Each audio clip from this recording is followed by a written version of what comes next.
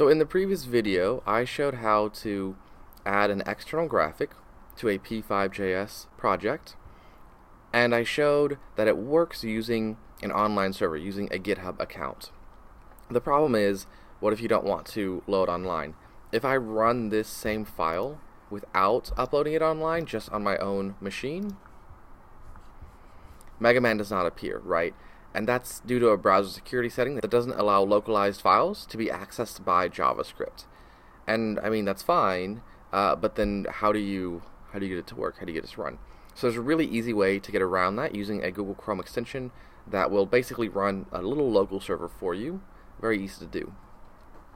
So I already have my files, right? I have my hello-test2.html, which is loading my sketch-mega.js, which creates this, right? It's just actually getting it to work. So if you don't know how to add an image in, check out the previous video and you can see how to do the code for that. So to be able to actually test it locally on my machine without using any servers, without paying for any server space, without having to create a GitHub account or whatever, I need the web server Chrome extension. And if you're at the right place, you should see this little yellow 200 OK icon, right? So this is what your link should look like. We can create a tiny URL real fast just to make it a little bit easier to find for you. So I'll copy this, paste it in there.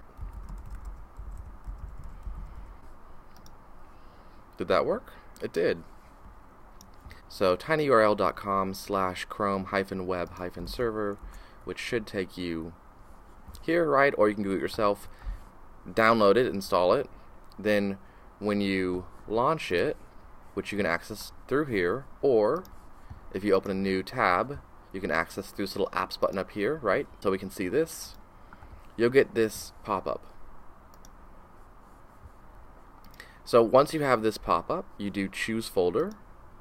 This is where you need to find your p5.js folder. So by default, it might be on your desktop or your documents or wherever. So from there, you need to navigate to your p5 folder. Make sure that it says p5 up here. Press select. And then we can click this link here, right? This link here will open that folder in your browser, and look up here. It has this like IP address type thing that's looking in your computer. So it is working like a local server.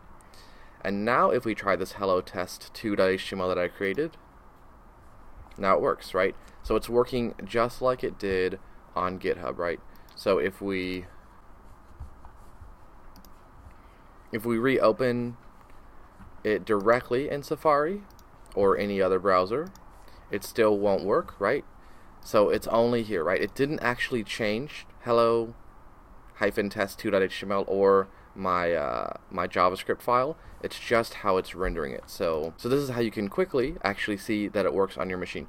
Just remember that every time that you want to actually try it, you do need to be running this little Chrome extension, because it's not changing those files, right? They still don't work on here. I would still have to upload them to a server or run them through the extension.